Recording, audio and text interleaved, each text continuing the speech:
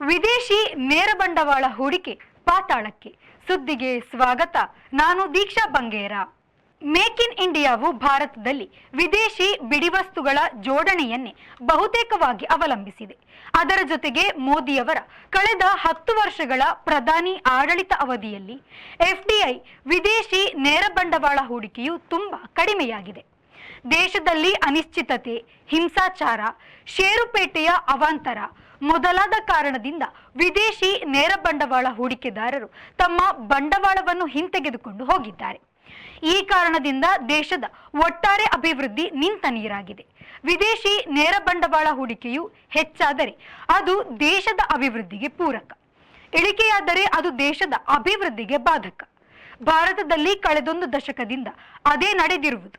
ಹಿರಿಯಕ್ಕನ ಚಾಳಿ ಮನೆ ಮಂದಿಗೆ ಎನ್ನುವಂತೆ ಇಡೀ ದೇಶವನ್ನೇ ಎಫ್ಡಿಐ ಹಿಂತೆಗೆತ ಬಾಧಿಸಿರುವುದರಿಂದ ಕರ್ನಾಟಕದಿಂದಲೂ ಅದು ನಡೆದಿದ್ದು ರಾಜ್ಯದ ಅಭಿವೃದ್ಧಿಗೆ ಮಿತಿಯನ್ನು ತಂದಿದೆ. ಕಾಂಗ್ರೆಸ್ ನೇತೃತ್ವದಲ್ಲಿ ಮನಮೋಹನ್ ಸಿಂಗ್ ಅವರು ಪ್ರಧಾನಿಯಾಗಿದ್ದಾಗ ಎಫ್ಡಿಐ ಹೂಡಿಕೆ ಭಾರೀ ಏರಿಕೆಯನ್ನು ಕಂಡಿತ್ತು. ಕೊನೆಗೆ ಕೆಲವರ ಹಿಂಸಾಚಾರ ಹರಡುವಿಕೆಯಿಂದ ಅದು ಹಿನ್ನಡೆ ಕಂಡಿತು. ಮೋದಿಯವರು ಪ್ರಧಾನಿಯಾದಾಗ ಹಿಂದಿನ ಪ್ರಧಾನಿ ಮನಮೋಹನ್ ಸಿಂಗ್ ಅವರು ಹಾಕಿದ್ದ ಅಡಿಪಾಯದಿಂದಾಗಿ ನೇರ ವಿದೇಶಿ ಬಂಡವಾಳ ಹೂಡಿಕೆಯು ಏರುಗತಿಯಲ್ಲೇ ಇತ್ತು. ಅನಂತರದ ದಿನಗಳಲ್ಲಿ ಅಪಕ್ವ ಆಡಳಿತ ಕಾರಣಗಳಿಂದಾಗಿ ನೇರ ವಿದೇಶಿ ಬಂಡವಾಳ ಹೂಡಿಕೆದಾರರು ತಮ್ಮ ಬಂಡವಾಳ ಹೂಡಿಕೆಯನ್ನು ಹಿಂತೆಗೆದುಕೊಂಡು ಹೋಗತೊಡಗಿದರು. ಕಳೆದ 3 ವರ್ಷಗಳಿಂದ ಒಕ್ಕೂಟ ಸರ್ಕಾರವು ನಿರಂಕುಶಾಧಿಕಾರದ ಸರ್ಕಾರವು ಎಂಬಂತಾದುದರಿಂದ ಎಫ್ಡಿಐ ಹಿಂತೆಗೆದುಕೊಳ್ಳುವಿಕೆ ತೀವ್ರಗೊಂಡು ದೇಶದ ಹಣಕಾಸು ವ್ಯವಹಾರಕ್ಕೆ ಒಂದು ರೀತಿಯ ಏಟನ್ನು ನೀಡಿದೆ. ಸರ್ಕಾರವೇ ಕಳೆದ ವಾರ ಬಿಡುಗಡೆ ಮಾಡಿದ್ದ ಅಂಕಿಅಂಶದಂತೆ ದೇಶದಲ್ಲಿ ಎಲ್ಲ ಬಗೆಯ ನೇರ ಬಂಡವಾಳ ಹೂಡಿಕೆಗಳು ಹಿಂತೆಗೆಯಲ್ಪಟ್ಟು ತೀರಾ ತಳಕಂಡಿದೆ. ದೇಶೀಯ ಉದ್ಯಮ ವೃದ್ಧಿ ಆಗಿದ್ದರೂ ಭಾರತದ ಸಣ್ಣ ಕೈಗಾರಿಕೆಗಳು ನಶಿಸಿದೆ.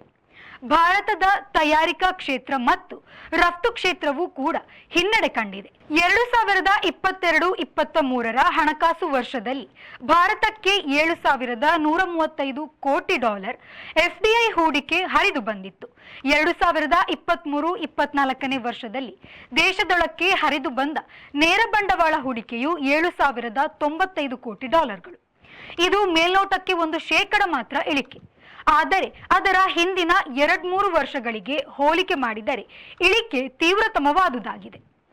ಭಾರತದ ಆರ್ಥಿಕತೆಯು ತೀವ್ರ ಮಂದಗತಿಗೆ ಇಳಿದಿದ್ದ 2019-20 ಹಣಕಾಸು ವರ್ಷದಲ್ಲಿ $7,439 ಕೋಟಿ ಭಾರತದಲ್ಲಿ ಎಫ್ಡಿಐ ದಾರಿಯಾಗಿ ಹೂಡಿಕೆಯಾಗಿತ್ತು.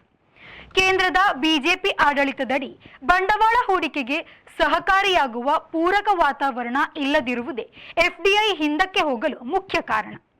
ಅಲ್ಲದೆ ಮೋದಿಯವರ ಸರ್ಕಾರವು ಬೆರಳೆಣಿಕೆಯ ಉದ್ಯಮಿಗಳಿಗೆ ಮಾತ್ರ ಮಹತ್ವ ನೀಡಿತ್ತು. ಆ ಕಾರಣದಿಂದಾಗಿ ಒಂದು ಕಡೆ ಎಫ್ಡಿಐ ಹಿಂದಕ್ಕೆ ಹೋದರೆ ಇನ್ನೊಂದು ಕಡೆ ಭಾರತೀಯ ಸಣ್ಣ ಉದ್ದಿಮೆದಾರರು ನೆಲೆ ಕಳೆದುಕೊಂಡಿರುವುದು ಕಂಡುಬಂದಿದೆ. ಎಫ್ಡಿಐ ಆಗಿ ಹೂಡಿಕೆಯಾಗುವ ನೇರ ವಿದೇಶಿ ಬಂಡವಾಳ ಹೂಡಿಕೆಯು ಬಹುತೇಕ ಈಕ್ವಿಟಿ ರೂಪದಲ್ಲಿ ಇರುತ್ತದೆ.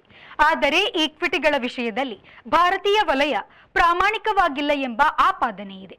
ಎಫ್ಡಿಐ ಈಕ್ವಿಟಿ ಹೂಡಿಕೆಯಂತೂ ಹಿಂದಿನ 2 ವರ್ಷಗಳಲ್ಲಿ ಕಳವಳಕಾರಿಯಾಗಿ ಇಳಿದು ಹೋಗಿದೆ. 2018-19 ಹಣಕಾಸು ವರ್ಷದಿಂದ 2022 ವಿದೇಶಿ ಈಕ್ವಿಟಿ ಹೂಡಿಕೆಯು ಪ್ರತಿ ವರ್ಷ 25% ಮಟ್ಟದಲ್ಲಿ ಇಳಿಕೆಯಾಗುತ್ತಾ ಬಂದಿದೆ. ಹಾಗಾಗಿ 2022-23 ಆರ್ಥಿಕ ವರ್ಷದಲ್ಲಿ ವಿದೇಶಿ ಈಕ್ವಿಟಿ ಹೂಡಿಕೆಯ ಇಳಿಕೆ ಬರೇ 3%. ಎಲ್ಲವೂ ಬರಿಗೈ ಮಟ್ಟಕ್ಕೆ ಬಂದಿರುವುದರಿಂದ ಇನ್ನೂ ಅಲ್ಲಿ ಏನೂ ಉಳಿದಿರಲಿಲ್ಲ. ಈಕ್ವಿಟಿ ಎಂದರೆ ಧರ್ಮ, ನ್ಯಾಯ, ನೀತಿ ಎಂದಿತ್ಯಾದಿಯಾಗಿ ಅರ್ಥವಿದೆ. ಆದರೆ ಹಣಕಾಸು ವಲಯದಲ್ಲಿ ಈಕ್ವಿಟಿ ಎಂದರೆ ಅದು ಒಂದು ಕಂಪನಿಯಲ್ಲಿ ಹೂಡಿಕೆ ಮಾಡುವ ಪಾಲು ಬಂಡವಾಳವಾಗಿದೆ. ಇದನ್ನು ಷೇರು ಮಾಲೀಕರ ಈಕ್ವಿಟಿ ಎಂದು ಪರಿಗಣಿಸಲಾಗುತ್ತದೆ. ಹಾಗಾಗಿ ಷೇರು ಮಾರುಕಟ್ಟೆಯ ಏರಿಳಿತವನ್ನು ಪರಿಗಣಿಸಿ ಈಕ್ವಿಟಿ ಮೌಲ್ಯವನ್ನು ಲೆಕ್ಕ ಹಾಕಲಾಗುತ್ತದೆ. ಈ ಕಾರಣದಿಂದ ಈಕ್ವಿಟಿದಾರರ ಹೂಡಿಕೆಯು ಕರಡಿ ಕುಣಿತ ಮತ್ತು ಗೂಳಿ ಓಟವನ್ನು ಅನುಸರಿಸಿ ಏರಿಳಿತ ಕಾಣುತ್ತದೆ. ಭಾರತದಲ್ಲಿ ಷೇರು ಮಾರುಕಟ್ಟೆಯಲ್ಲಿ ನ್ಯಾಯ ನೀತಿ ಧರ್ಮಕ್ಕೆ ಎಳ್ಳು ನೀರು ಬಿಟ್ಟ ಕದೀಮರು ಸೇರಿಕೊಂಡಿದ್ದಾರೆ ಎಂದು ಆಪಾದಿಸುವವರು ಇದ್ದಾರೆ. ಇದು ಕೂಡ ಕೆಲವರು ಈಕ್ವಿಟಿ ಹಿಂಪಡೆದುಕೊಳ್ಳಲು ಕಾರಣ ಎಂದು ಹೇಳುವವರೂ ಇದ್ದಾರೆ. ನೇರ ವಿದೇಶಿ ಬಂಡವಾಳ ಹೂಡಿಕೆಯು ಹರಿದು ಬರುವುದು ತಯಾರಿಕಾ ವಲಯಕ್ಕೆ. ಆದರೆ ಮೋದಿಯವರ ಸರ್ಕಾರವು ತಯಾರಿಕಾ ವಲಯದಲ್ಲಿ ಬಿಡಿಭಾಗಗಳನ್ನು ಆಮದು ಮಾಡಿಕೊಂಡು ಜೋಡಣೆ ಮಾಡುವ ತಯಾರಿಕಾ ವಲಯಕ್ಕೆ ಆದ್ಯತೆ ನೀಡಿದೆ. ಈ ಘಟಕಗಳು ವಿದೇಶದ ಬಿಡಿಭಾಗಗಳನ್ನೇ ಅವಲಂಬಿಸಿ ಕಾರ್ಯನಿರ್ವಹಿಸುತ್ತದೆ. ಅವು ಮೇಕ್ ಇನ್ ಇಂಡಿಯಾ ಅಲ್ಲ, ಅಸೆಂಬ್ಲಿಡ್ ಇನ್ ಇಂಡಿಯಾ. ಎಫ್ಡಿಐ ಹೂಡಿಕೆದಾರರು ಇಂಥ ತಯಾರಿಕಾ ಘಟಕಗಳ ಈಕ್ವಿಟಿಯನ್ನು ಖರೀದಿಸುತ್ತಾರೆ. ಆದರೆ ಬಿಡಿಭಾಗ ತರಿಸಿಕೊಳ್ಳುವುದರಿಂದ ತಯಾರಿಕಾ ಘಟಕಕ್ಕೆ ಬರುವ ಲಾಭದಲ್ಲಿ ಒಂದು ಪಾಲು ವಿದೇಶದ ಬಿಡಿಭಾಗ ತಯಾರಿಕರಿಗೆ ಹೋಗುತ್ತದೆ. ಅದು ವಿದೇಶಿ ವಿನಿಮಯದ ಇಡುಗಂಟನ್ನು ಕರಗಿಸುತ್ತದೆ. ಹಾಗಾಗಿ ಎಫ್ಡಿಐ ಈಕ್ವಿಟಿ ಪಾಲುದಾರರಿಗೆ ನಿರೀಕ್ಷಿತ ಲಾಭ ಸಿಗುವುದಿಲ್ಲ. ಹಾಗಾಗಿ ಬೇರೆ ಕಡೆ ಹೆಚ್ಚು ಲಾಭ ಇದೆ ಎಂದ ಕೂಡಲೇ ಇಲ್ಲಿ ತಮ್ಮ ಹೂಡಿಕೆಯನ್ನು ಹಿಂದಕ್ಕೆ ತೆಗೆದುಕೊಳ್ಳುತ್ತಾರೆ. 2023-24ನೇ ಹಣಕಾಸು ವರ್ಷದಲ್ಲಿ ಭಾರತದಿಂದ ಕಂಪ್ಯೂಟರ್ ಮತ್ತು ಹಾರ್ಡ್ವೇರ್ ಕ್ಷೇತ್ರದ ಎಫ್ಡಿಐ ಹೂಡಿಕೆಯು ಹೆಚ್ಚು ಹಿಂದಕ್ಕೆ ಹೋಗಿದೆ. ಹಾಗಾಗಿ ಬೆಂಗಳೂರು ಕೂಡ ದೇಶೀಯ ಎಫ್ಡಿಐ ಹೂಡಿಕೆಯಲ್ಲಿ ಹಿನ್ನಡೆ ಕಾಣುವಂತಾಗಿದೆ. ಭಾರತದಲ್ಲಿ ಹೂಡಿಕೆ ಬರಲಿ ಎನ್ನುತ್ತಾರೆಯೇ ಹೊರತು ಅದಕ್ಕೆ ಸೂಕ್ತ ವಾತಾವರಣ ನಿರ್ಮಿಸುವುದಿಲ್ಲ ಎಂಬ ಆರೋಪವನ್ನು ಎಫ್ಡಿಐ ಹಿಂತೆಗೆದುಕೊಂಡ ಕೆಲವರು ಆರೋಪ ಮಾಡಿದ್ದಾರೆ. ಹಾಗಾಗಿ ಎಫ್ಡಿಐ ಹೂಡಿಕೆಯಲ್ಲಿ 5 ವರ್ಷಗಳ ಹಿಂದೆ ಮೊದಲ ಸ್ಥಾನದಲ್ಲಿ ಇದ್ದ ಕರ್ನಾಟಕವು ದೇಶದಲ್ಲಿ ಕಳೆದ ವರ್ಷ 3ನೇ ಸ್ಥಾನಕ್ಕೆ ಕುಸಿದಿದೆ. ಇಡೀ ದೇಶವು ಆರ್ಥಿಕ ಹಿಂಜರಿತ, ಹಣದುಬ್ಬರ ಕಂಡಿದ್ದು ಎಫ್ಡಿಐ ಹಿಂತೆಗೆತವು ಪೆಟ್ಟನ್ನು ಮತ್ತಷ್ಟು ಆಳಕ್ಕೆ ಇಳಿಸಿದೆ. ಇದು ಈ ಹೊತ್ತಿನ ಸುದ್ದಿ.